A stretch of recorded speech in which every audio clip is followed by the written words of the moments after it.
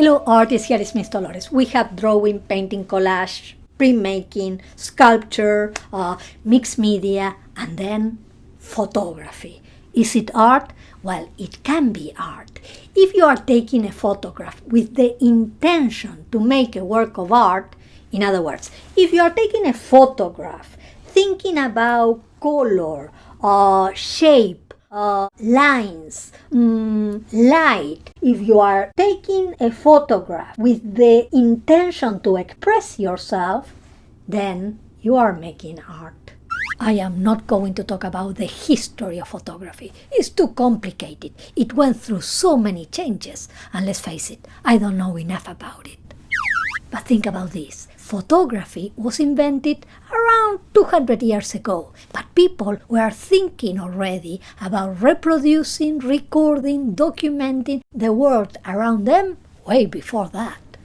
Art existed way before photography. You can even argue that people started drawing, painting, making sculptures to transfer information, to communicate, to keep a memory of who they were or the people they love or the things around them. So photography was invented, and little by little, photographs were used to document reality. Newspapers used them to show people things that were happening. During this process, some people fell in love with photography. They didn't use it only as a way to keep a memory or to document something, but as a way to express themselves artistically. They experimented and explored photography as a new creative language, like painting. Of course, now photographs are everywhere, and that is in part because photography became easier and cheaper. We are so used to take pictures of vacations, family portraits, and photography became even more popular with what we call digital photography. And the digital camera most people use these days is in our cell phones. So some artists explore ideas, concepts, they express themselves through the photographs they take. Here is one of them. Yoki Baires is an artist who lives in Buenos Aires, Argentina. Photography is her art language. Like other people choose painting or clay to create art, she chose photography. When I look at her photographs, I notice that sometimes she's interested in shapes, lines, form. Look at the sharp lines from this sun umbrella. It's like someone drawing lines on a paper. Other times, I notice that there is a story. Not that she's saying it with words, but the image makes me imagine that story, like what happened or what is about to happen. Who are the people in the picture?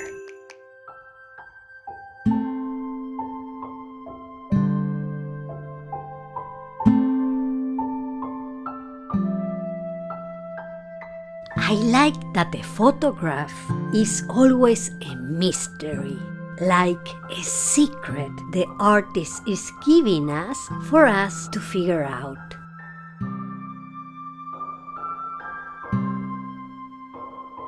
Artists choose very carefully where to place the elements of their picture. That's what we call composition. Yoki chose to frame the picture so that the van is at the very edge of the photograph. Artists also choose the size of things. That's what we call scale. Look at that tiny van, so small against the landscape. If you have access to a camera, the first thing I recommend is to go around and start noticing the things you want to photograph. I have a see-through cube and a very shiny paper that I will use in the next video. I like it, so I am going to photograph this.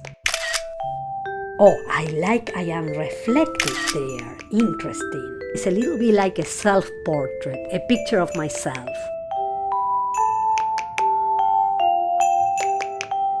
I turn the camera and now the picture is more vertical. That's another choice you can make.